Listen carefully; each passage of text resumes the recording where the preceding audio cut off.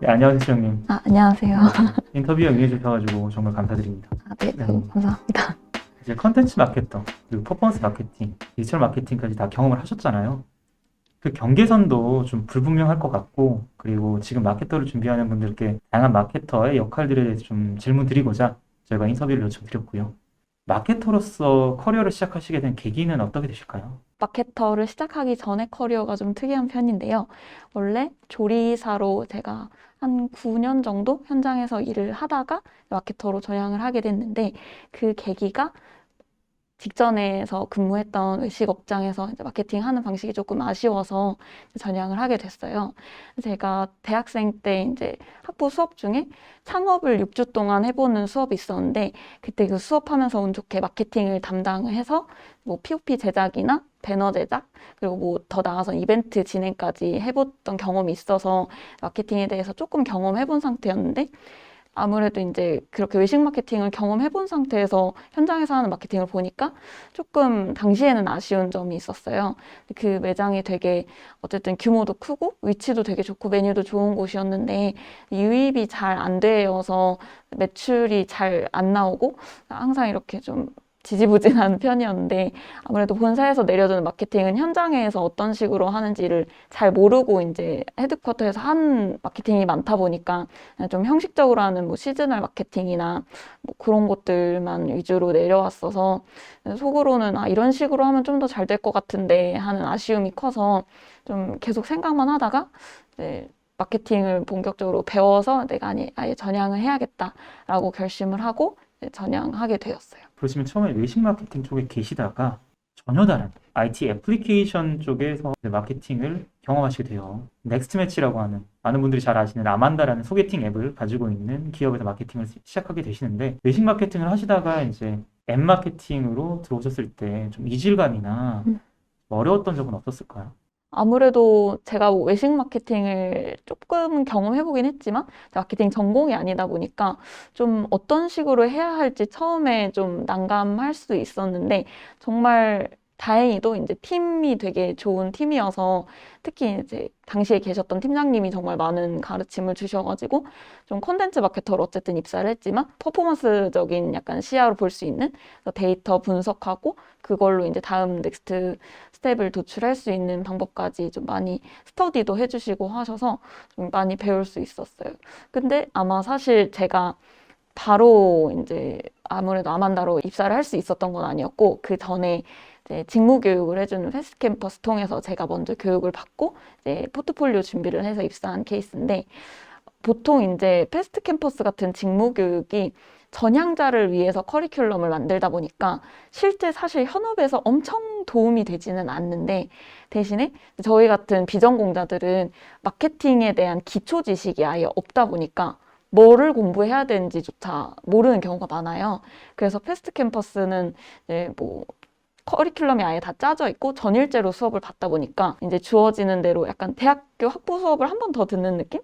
그런 식으로 기초 교육을 하고 포트폴리오까지 만들어서 그걸 가지고 이제 전향을 할 수 있게 도와주다 보니까 좀 그게 많이 도움이 됐던 것 같아요. 광고는 아니고요. 그러면 확실히 이제 마케팅 기초 지식이 없는 비전공자들이 마케터로 입사하기에는 패스트 캠퍼스의 커리어 교육 같은 직무 교육들이 도움이 된다는 말씀이시죠. 네, 아무래도 뭐 포트폴리오를 어떻게 만들어야 하는지나 자신의 어떤 능력치를 보여줘야 하는지조차 사실 잘 모르니까 좀 그런 길잡이 역할로서 쓰이기에는 좋긴 좋은 것 같아요. 그러면 그러한 이력이 패스트 캠퍼스나 커리어 교육을 받았던 이력이 입사 원서를 낼 때, 이력서에 그거를 적을 때도 도움이 좀 돼가지고 나중에 면접장이나 아니면 합격을 했을 때도 좀 큰 스펙이 되었을까요? 아무래도 이제 교육을 받지 않은 사람이랑 받은 사람이랑 회사에서는 좀 더 밸류를 다르게 볼 것 같기는 해요. 그래서 제가 첫 직장 이제 아만다 면접 보러 갔을 때도 제가 포트폴리오를 이제 제주 맥주를 아이템으로 잡고 거기에 이제 마케팅 방향성 같은 걸 이제 제시하는 식의 포트폴리오를 만들었었는데 이제 그런 거를 보면서 좀 어쨌든 이거를 만들어낼 수 있는 사람이구나 정도를 그쪽에서 알고 저를 입사시키시는 뭐 그런 상황이니까 그런 식으로 저의 능력치를 어느 정도까지 보여줄 수 있는지 이런 거를 그걸 통해서 만들 수 있는 것 같기는 해요. 이제 확실히 그냥 단순히 커리어 교육을 받는 게 아니라 교육을 마치고 나서 포트폴리오가 생기니까 그 자료를 바탕으로 이력서를 제출할 수 있기 때문에 도움이 되는 것 같네요. 많은 분들이 커리어 교육을 선택하실 때 내가 다 수강하고 난 다음에 포트폴리오를 가질 수 있는 수업인지 아니면 단순히 내가 듣기만 하는 수업인지는 꼭 구별을 하시는 게 좋을 것 같습니다. 아, 네, 맞아요. 그게 정말 중요한 것 같아요. 그러면은 넥스트 매치로 첫 커리어를 시작하시게 되셨는데 아만다를 선택하신 이유가 있으실까요? 처음에는 뭐 가고 싶은 회사가 물론 있긴 있었지만 이제 그거를 차치하고서 일단 당시에 올라와 있는 이제 구인이 열려 있는 곳을 먼저 기준으로 봤고 그중에 아무래도 좀 제가 조금이라도 관심이 있고 이제 좀 재밌을 것 같은 산업 위주로 이제 좀 찾아봤었고요. 아만다가 아무래도 이제 2030사에서는 인지도가 꽤 있는 편이고 소개팅 어플이라는 아이템 자체가 엄청 요즘에는 이제 너무 소개팅 어플이 많아졌지만 당시에는 이제 그 USP가 3.23을 넘어야만 합격할 수 있는 그런 포인트가 있는 아이템이었어서 좀 마케팅 하기에도 재밌을 것 같고 좀 그런 느낌이 있어서 처음에 지원을 하게 됐었어요. 어떤 업무들을 수행하셨을까요? 넥스트 매치에서는 전반적으로 좀 매체를 많이 활용하는 온라인 마케팅 위주로 진행을 했었고요.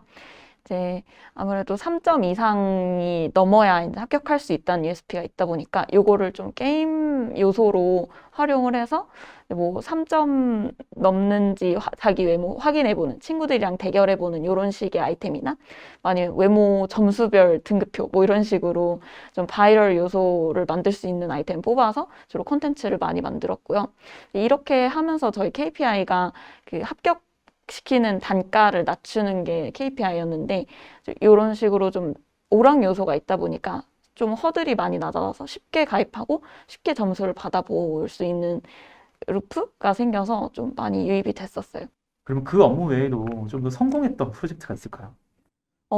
아무래도 이게 단순히 게임적인 요소만 이용하다 보니까 초반에는 그렇게 해서 유입시키는 단가가 많이 낮아지긴 했지만 그거를 점수를 받고 이탈해버리는 사람이 너무 많았어요.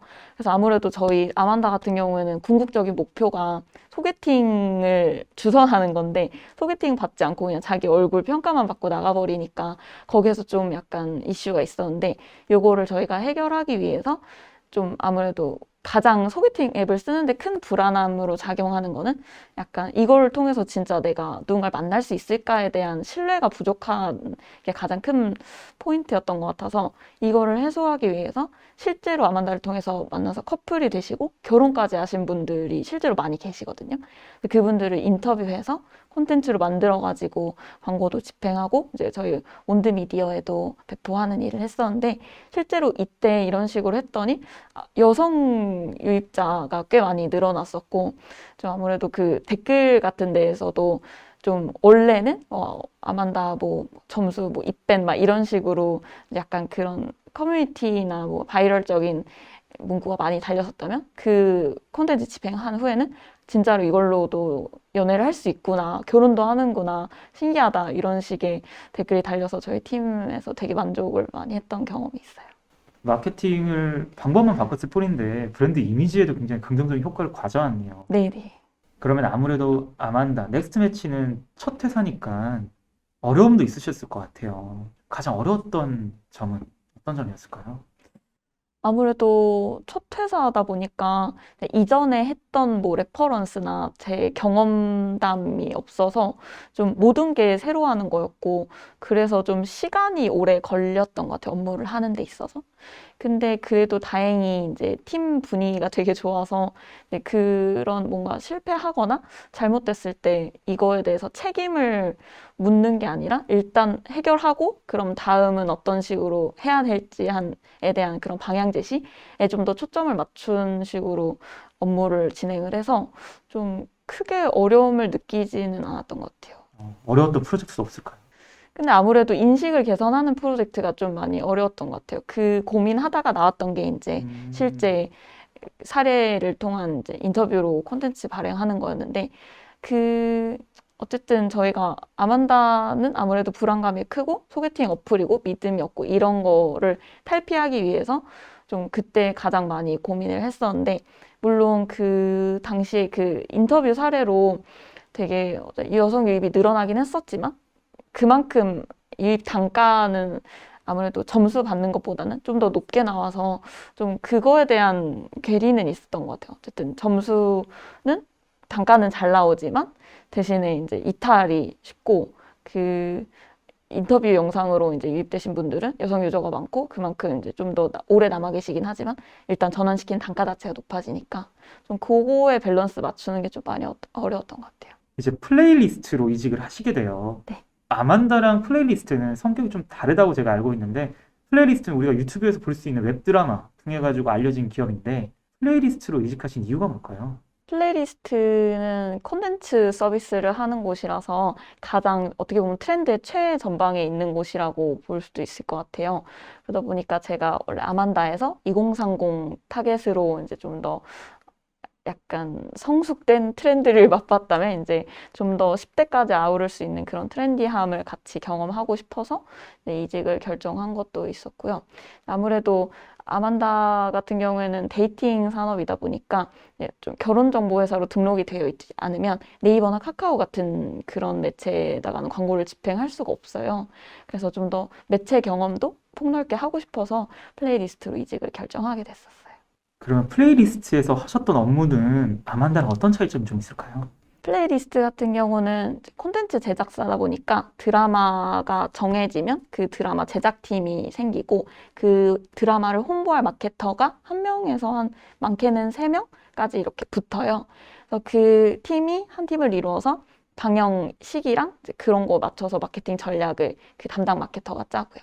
그러다 보니까 아만다에서는 마케팅을 할 때 전체적인 팀이 방향성을 설정하고 그 방향성에 맞춰서 개개인의 마케터가 제작물을 만들고 광고 집행하고 이제 분석하는 그런 식의 A to G를 했다면 플레이리스트에서는 처음에 기획단, 그러니까 전략 설정하는 것부터 팀 전체가 하는 게 아니라 마케터 개인이 혹은 마케터 2~3명 정도가 이룬 소규모 팀이 전략을 설정하고 그거에 맞춰서 마케팅 아이템을 짜는 방식으로 기획에 좀 더 집중된 업무가 많았고요. 그리고 아무래도 제작이나 이제 집행 후 같은 경우도 디자이너랑 퍼포먼스 마케터랑 같이 협업하는 식의 업무가 많아서 좀 더 기획에 집중할 수 있었다고 볼 수 있을 것 같아요. 만약에 추천해 준다면은 분업화된 마케터, 그리고 에부터 Z까지 다 겪는 마케터, 뭐로 커리어를 시작하는 게 좋을까요? 제가 그렇게 시작한 것도 있긴 하지만 저는 전반적으로 다 경험을 먼저 해보고 그 다음에 뎁스 있게 가는 게 좀 더 좋을 것 같은데 아무래도 경험해보지 않은 상태에서는 뭐가 나한테 제일 잘 맞는지 모르잖아요.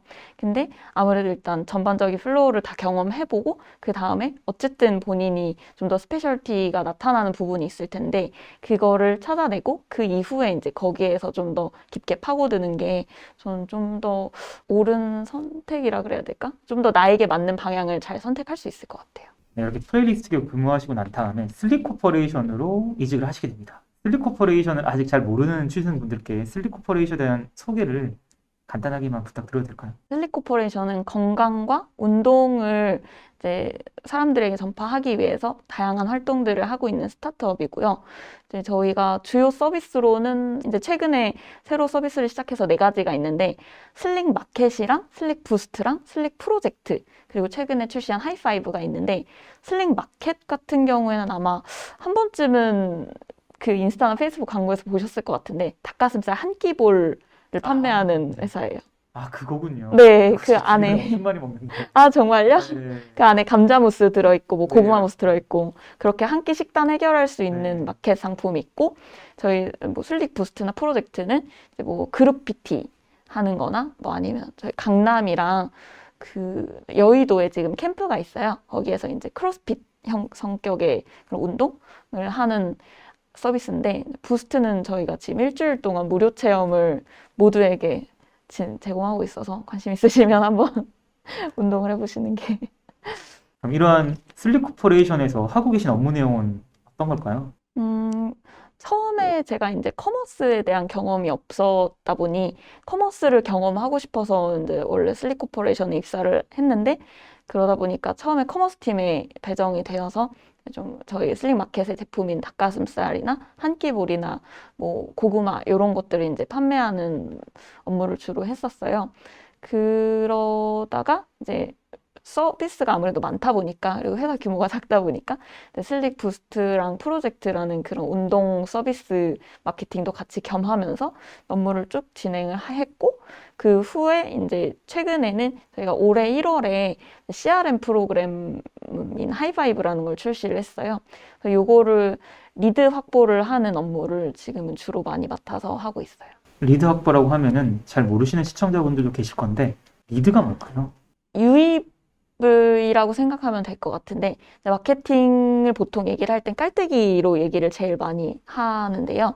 그 깔때기에서 가장 최상단에 있는 가장 많은 모수를 일단 데려와서 저희를 인지시키고, 그 전환으로 고려할 때 좀 더 쉽게 전환될 수 있게끔 만드는 그런 거를 어쨌든 리드 확보한다라고 생각을 하는 것 같아요. 그럼 이렇게 슬립 코퍼레이션에서도 마케팅 업무를 담당을 하고 계신데 산업을 계속 변경을 하셨어요. 그래서 앞으로의 커리어 플랜에 대해서 되게 궁금한데 앞으로는 커리어를 어떻게 만들어갈 예정이실까요? 아무래도 제가 산업도 많이 바뀌다 보니까 좀 어떻게 보면 이게 방향성이 계속 바뀐 것처럼 보일 것 같은데, 저도 처음에는 내가 너무 방향성이 없이 계속 흔들리나라고 생각을 했었어요.